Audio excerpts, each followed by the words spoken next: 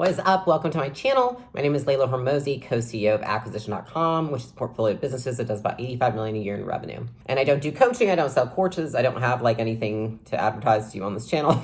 I just make this because I like documenting what I understand and I like sharing things that I think I know something about. And so that being said, I wanted to talk today about something that's really top of mind, which is how to create a sellable business. And this video will be coming out after the news that we have sold 2 of our main businesses in the last 10 days. And so it was fucking nuts. And I have a lot of videos to make on the topic. And if you saw like the public release that went out and stuff, we kind of said a blurb about it there. But in terms of what I wanted to do to provide value to all of you is I want to share with you what I wish I had known before selling a business, which is, it's really interesting because this past year, we actually sold 3 businesses. We sold a software business, a physical products business, and a service business. And so it's been nuts. And we did all this because we wanted to consolidate down to just our holding company, acquisition.com, and really focus in there and have practice what we preach, which is focusing.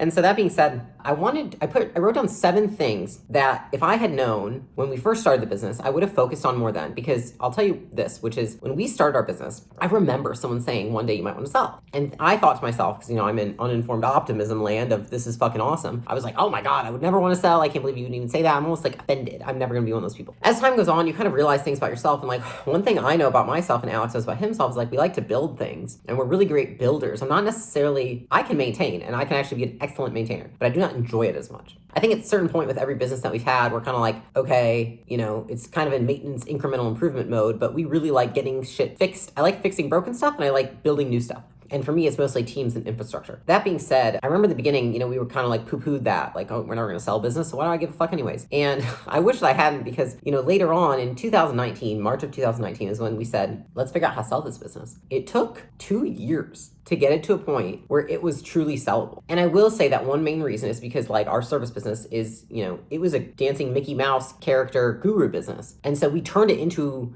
a real sellable enterprise. I think it was a really cool process and it was a lot of fun and it was really challenging, but I'm really proud of the work that we did and I'm so proud of the company it is now and I'm fucking stoked to take over the industry and take it to the next level. But I want to share the 7 things that I learned along the way and that we really honed in on so that we could create a sellable enterprise, an asset, a true business that we own, not a business that owns us or that we have a job in. Let me go through those 7 things with you. The first one is financial performance. What I mean by this is, what do your margins look like? What does your revenue look like? That's the most obvious thing. But here's why it's important, is it shows your ability to sell. That's the first thing. Revenue, people are like, why is revenue important? And this seems really, really elementary and obvious, but think about it like this. Revenue is important and revenue growth is important because it shows that you have an ability to sell and to sell more over time. And so that's actually what people are looking at is like, how strong is the ability for you to sell your product to the market? Now, the second thing that goes with that is how and what is your ability to create margin? And the reason that margin is so important is because people that buy your business want to know they can recoup their investment. Because most firms out there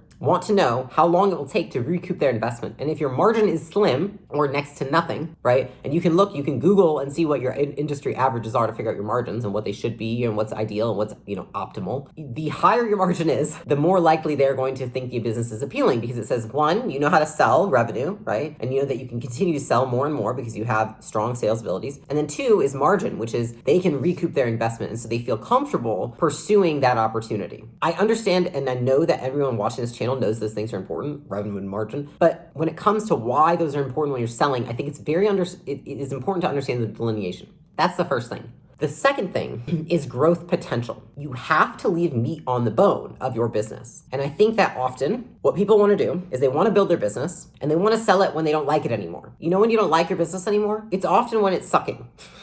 And when other people don't like your business? When it's sucking. And so the best time to sell is not when you want to sell. It's often when you don't want to sell. Because when you don't want to sell, it means that you have a fucking awesome thing going and other people want to buy it. Makes sense, right? It's 2 that go hand in hand, which is they have to see like, where's the untapped market? If you've tapped your whole marketplace, which it's hard to believe anyone would, but if you have, then why would they have an interest in buying it? Because they're like, where's my return going to come from? It's only going to decline. The second piece of that is they don't want to buy a business that's going down, right? And so if, you want to sell your business because now you kind of run out of ideas or you run out of spark or whatever it is, it's not as fun as it used to be, all this stuff. It's usually the business isn't good. And so people don't want to buy it.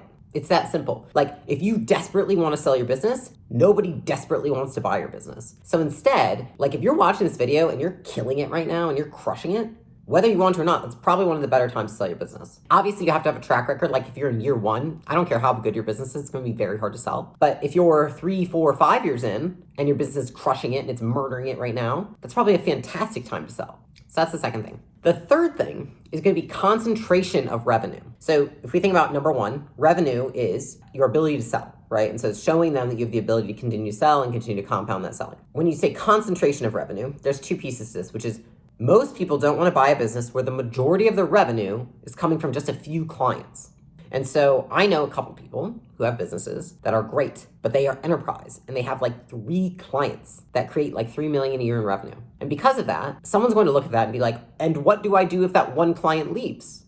Like they're fucked. And so it's not appealing to, especially a financial buyer. They're not going to want to do that. It's too risky for them. They want diversification of revenue, which means you have lots of clients the revenue is spread through. They also want to ensure that you have diversification of revenue in terms of where the revenue is generated. So that can mean a couple things. Diversification of clients, meaning there's not just a couple clients that hold all the concentration of the revenue. And then diversification of revenue in terms of where is it coming from? Are you only getting revenue from Facebook? If you're only getting revenue from Facebook, again, that's too risky for them. What if you have Facebook, Instagram, YouTube? That looks much better. And if you want to go a step further than that, then it's just what products do you sell through those multiple channels? So you have multiple products on multiple channels with lots of customers. And so you have to understand that, again, this all comes down to risk. If you're thinking from an investor perspective, they're just thinking, am I going to recoup my investment? And how risky is this? And the less options you have, the less options you have proven out to them, the less likely they're going to want to buy your business because they're going to be worried that it's too risky. So that's number 3.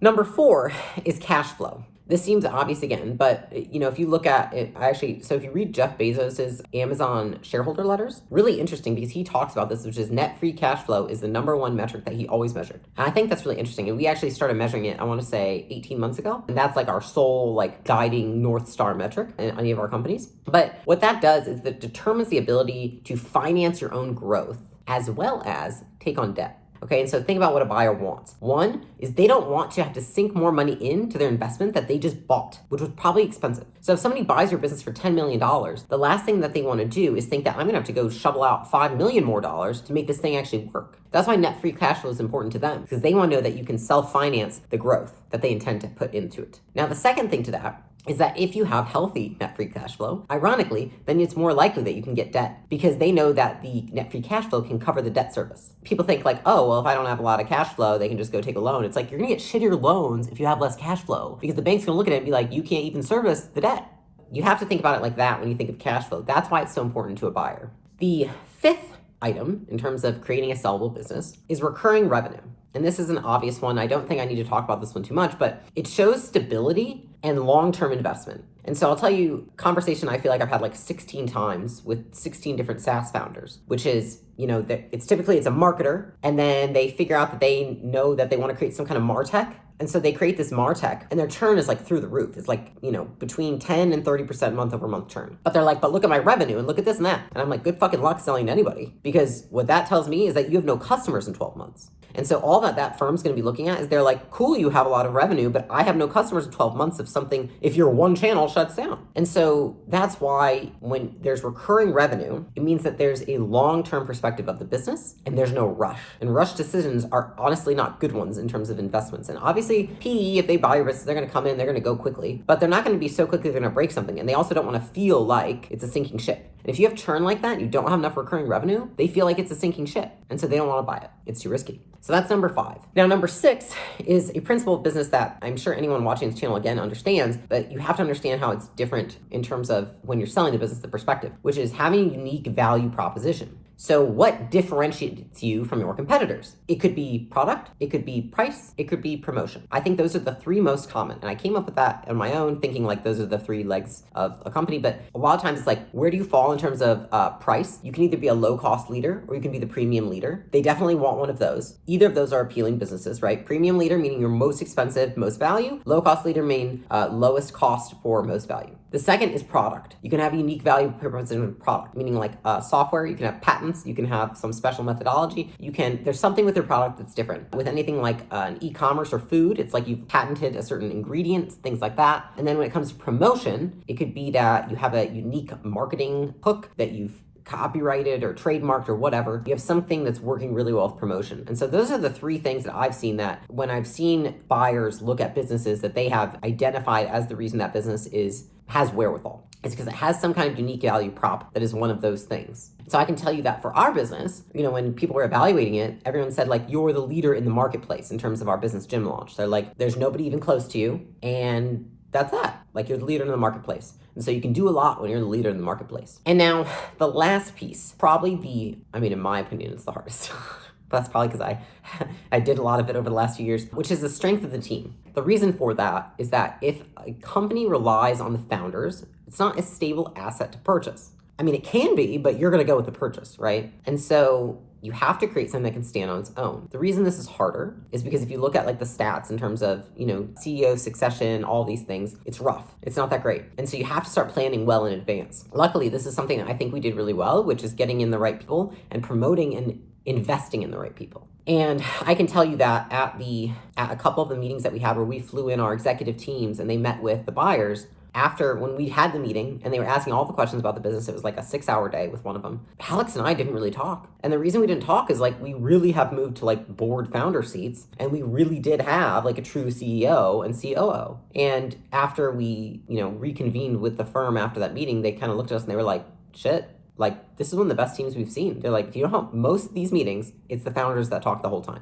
And the reason that we didn't talk is because we didn't know. Like, we didn't know the answers to a lot of their questions because we're truly not the ones running the businesses anymore. And that, I think, is what creates a truly sellable asset. It's not like we have some crazy earnout or have to work in the business for years. Like, it's done. And the reason for that is because we didn't have a job in the business. We were just advisors. And that was probably the part that was the hardest, but also the most rewarding, is learning to create a team that can truly not just run, but grow a business without you. And so with that, those are the 7 things. There's financial performance, there's growth potential, there's concentration of revenue, cash flow, recurring revenue, unique value proposition, and strength of team. If you're looking at, like, you want to know at least, maybe you're like, hey, I don't want to sell it now, but I don't want to eliminate the option, then look at those things and think to yourself like, okay, next quarter, in the next 6 months, like right now, it's beginning of Q1, what are your initiatives that are going to help shore up those pieces so that you can create an asset that if you choose, one day you can sell? And so I hope that was useful for you. I hope you enjoyed your walk, break from work, lunch, whatever it may be, and I will see you on the next one.